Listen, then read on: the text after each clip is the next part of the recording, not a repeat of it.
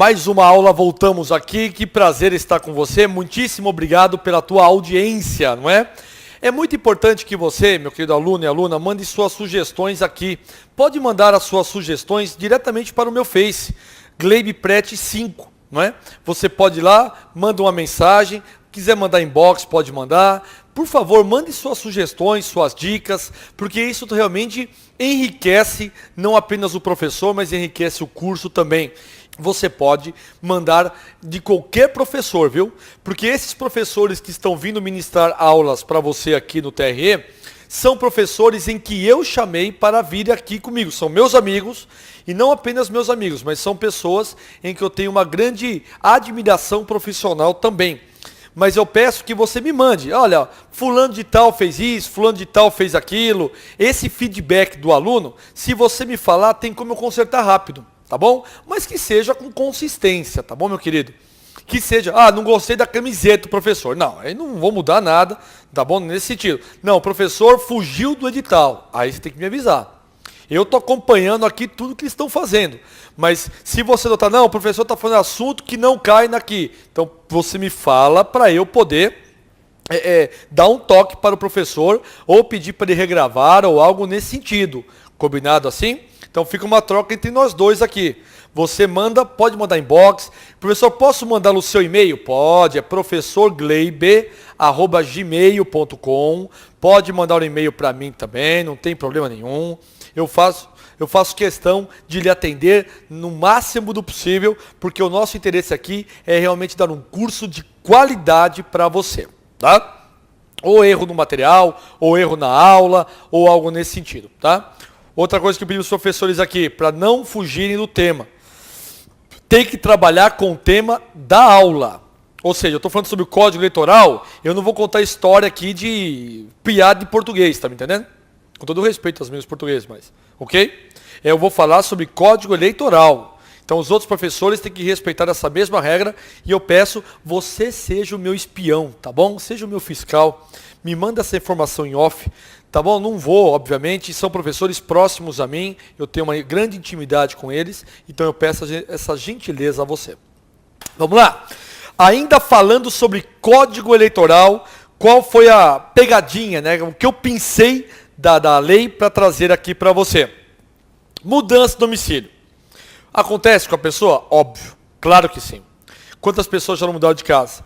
Mas o eleitor, ele pode requerer a mudança também do seu domicílio eleitoral.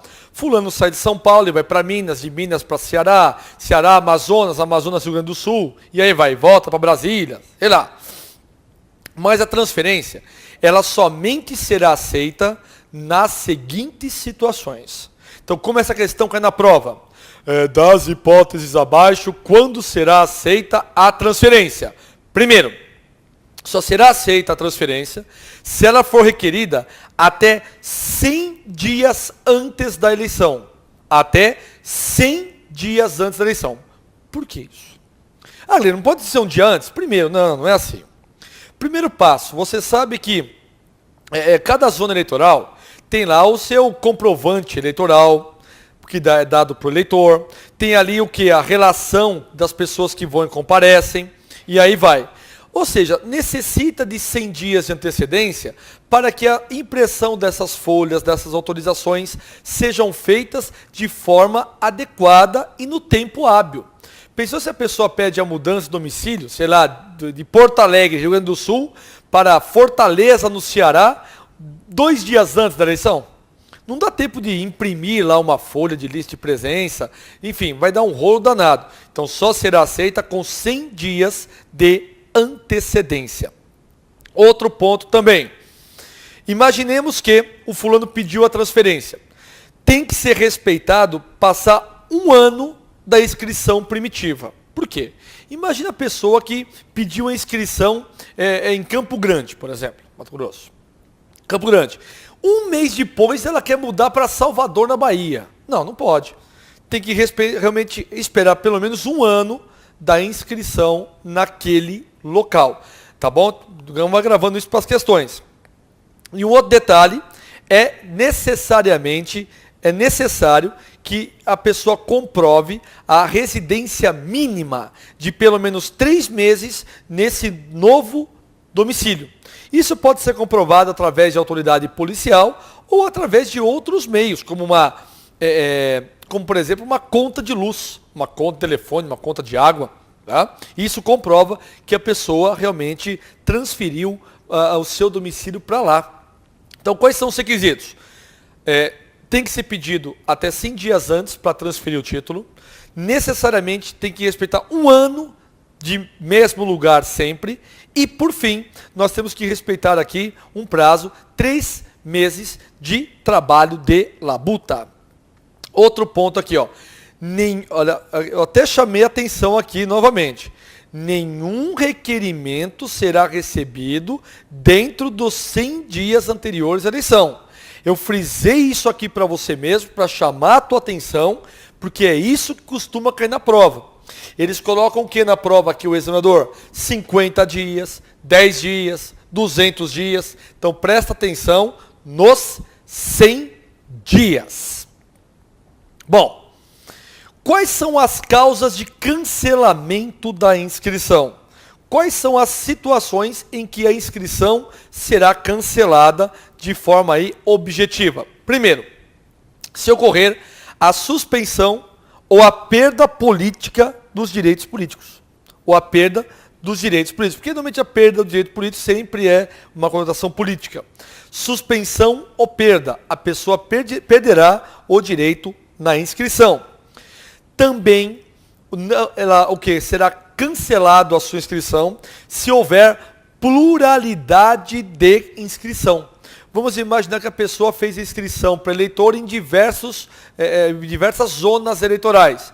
Obviamente será cancelado, claro. Consequentemente, se o eleitor falecer, também perde, obviamente, né? Cancela a inscrição dele automaticamente. E nós separamos aqui para você a resolução número 22166 de 2006, que fala o que aqui? Estabelece providências a serem adotadas em relação às inscrições, identificadas como de pessoas falecidas mediante cruzamento de dados de Cadastro Nacional de Óbitos fornecidos pelo INSS. Então, como que se atesta que realmente a pessoa faleceu? Precisa avisar a zona eleitoral? Não, através da simples, vamos imaginar aqui, do cruzamento de dados, já verifica que realmente a pessoa faleceu. E se a pessoa deixar de votar nas 3 eleições consecutivas. Se ela deixar de votar nas 3 eleições consecutivas, consequentemente será excluído a sua inscrição. Ótimo. Agora, existem pessoas, um outro ponto aqui, existem pessoas em que o processo está correndo contra ele de exclusão. Ela pode votar? Com certeza. Então, a pessoa que necessariamente está sob júdice, que nós falamos, está no processo, e, consequentemente, esta pessoa ela está respondendo a um processo eleitoral de perda de direito político, ela pode votar tranquilamente. Por exemplo, Eduardo Cunha, dá um exemplo dele aqui. Até agora o Tribunal de Ética não cassou, parece que ainda vai para plenário, não é? Enfim, talvez se vai para plenário pode ter a cassação ou não. Eduardo Cunha ainda, né, nesse momento que eu estou gravando essa aula aqui, que é julho, dia 7, ele ainda pode votar. Os direitos políticos não foram. E a Dilma, mesma história? A Dilma, mesma história. Porque mesmo o processo está em andamento, porque a pessoa somente será condenada se houver o trânsito em julgado. Se houver o trânsito julgado, essa pessoa, consequentemente, será o quê? Excluída. Do contrário, não. Bom, agora eu quero falar um outro tema com você, que é o chamado sistema eleitoral. O sistema eleitoral brasileiro, ele é um sistema totalmente diferente do americano. O americano lá são por delegados, por estados, lá o verdadeiro federalismo. Você deve estar acompanhando aí as eleições americanas, não é? Hillary Clinton, o Trump também, são os prováveis candidatos aí à Casa Branca, não é? Esperamos que a Hillary ganhe, porque o Trump, na minha opinião, é maluco, tá certo? Tem um discurso aí totalmente maluco. A Hillary também tem seus defeitos, mas ela é um pouco mais sensata. Para o Brasil seria bom, porque hoje o mundo está totalmente interligado. Então, uma eleição americana tem influência no Brasil? Claro, claro. Porque é claro que nós, né, juntamente com os americanos, nós temos uma relação de comércio muito grande. Já o sistema eleitoral brasileiro é um sistema totalmente diferente, né, que ele pode ser de várias formas aqui a situação. Primeira forma é o seguinte: a eleição ela será direta. O que é que você tem que saber? Que para o Senado Federal, prefeito, vice-prefeito, assim como presidente da República, governadores, a eleição é feita, o sistema eleitoral ele é feito através do princípio majoritário. O que seria o princípio majoritário? Aquele que teve maior voto, ganha. Simples assim. Ou seja, é diferente do coeficiente eleitoral através do que? Da representação proporcional, como eu vou explicar. Primeiro passo, então, Senado, prefeito, governador, presidente. Essas pessoas, então, ou seja, prefeito, governador, presidente e Senado, os mais votados, entram na cadeira, sentam na cadeira, melhor dizendo. Esse é o chamado princípio majoritário, maior quantidade de votos. Agora, nas eleições para Câmara dos Deputados, Assembleias Legislativas e Câmaras Municipais, olha que a lei aqui, ela não falou em Câmara Distrital ou Assembleia Distrital, porque realmente lá, no caso do Distrito Federal, é um sistema à parte. Existe a chamada representação proporcional. O que seria a representação proporcional, meus queridos? Depende do coeficiente, da quantidade de eleitores que tem naquele local e, consequentemente, a divisão que será feita pelos partidos. Por exemplo, quanto maior for o partido, maior número de votos ele terá. Por exemplo, um partido hoje como o PSDB, o PT, o PMDB, que são partidos grandes, precisa de um maior número de votos. E, consequentemente, partidos nanicos, que nós chamamos, partidos pequenos, como PSOL, PSTU, okay, PCO, que são partidos pequenos, não é nem grande, nem médio, pequeno, ele necessita o quê? Ele tem direito a uma cadeira apenas.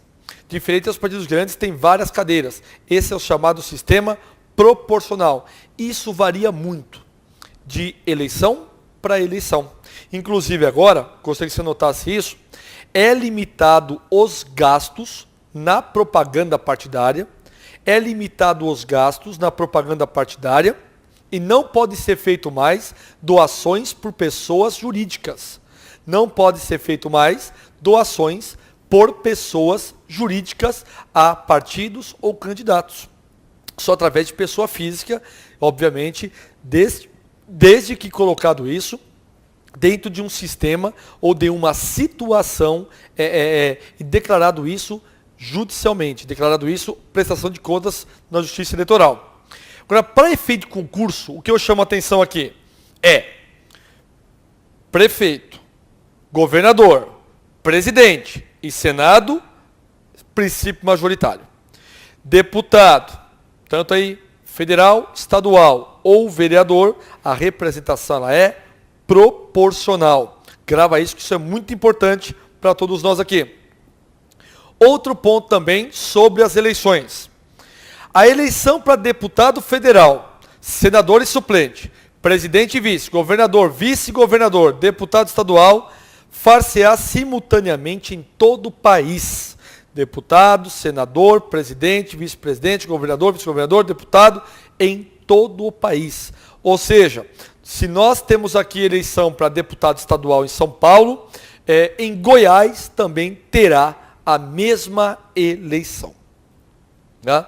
Bom, agora vamos adentrar a um outro ponto, que é o registro do candidato. No que tange ao registro do candidato, somente pode concorrer às eleições aquele candidato que seja vinculado a algum partido. Então, necessariamente, ele tem que estar vinculado a algum partido, e esse partido deve ter o registro junto ao TSE. E esse partido deve estar, obviamente, ligado ao TSE. E nenhum registro será admitido no período anterior, né, fora do período anterior a 6 meses das eleições. Ou seja, eu não posso fazer um registro de um candidato faltando 15 dias para as eleições. Por exemplo, o fulano lá, quem que agora está na mídia aí pra caramba? Deixa eu ver aqui. Nada contra, tá, gente? Mas Wesley Safadão. Tá na mídia aí, e vai, deu até um rolo aí no show que ele ia fazer lá em Pernambuco, né? Ia pegar lá 500 mil reais, e o povo passando necessidade. Aí depois ele ia falar que ele não ia cobrar nada, agora o patrocinador vai pagar ele, enfim. Nada contra o Wesley Safadão. Mas vamos imaginar que o Wesley Safadão se candidata a deputado federal. Olha só, hein? Imagine quantos milhões de votos esse fulano não vai ter. E quantos deputados ele levará junto com ele do partido. Foi o que aconteceu com o Tiririca. O Tiririca, ele se candidatou, só perdeu para o Russomano, não é isso? Mas teve uma quantidade de votos gigantesca e levou com ele uma quantidade de deputados que tiveram 1000 votos. Ou seja, tem deputado hoje lá na Câmara que teve em torno de 2.000 votos e foi com o Tiririca. Por quê? É o chamado sistema proporcional. Por quê? É a quantidade de votos que o partido recebe. Desta forma, por isso que todo candidato deve estar intimamente ligado a um partido. Porque você deve notar, você não esquecer disso, por que que o partido pede para que você vote nos candidatos daquele partido ou na legenda? Por exemplo, vote no 15 PMDB, ou no 13 PT, ou no 45 PSDB. Por que eles falam isso? Por um motivo extremamente simples, porque todo voto que entra para o partido vai computando para todos aqueles candidatos. E os candidatos mais votados vão entrando e vão preenchendo as cadeiras do parlamento. Para efeito de concurso, que você tem que entender, uma vez feito o voto para o partido, aquele voto será rateado, será dividido entre todos os membros daquele partido, aqueles candidatos daquele partido. E os mais votados assumirão, obviamente, o posto de representante do povo. Com isto, é o ponto que eu deveria falar para vocês nesta aula. Muitíssimo obrigado. Continue estudando, hein? Obrigado.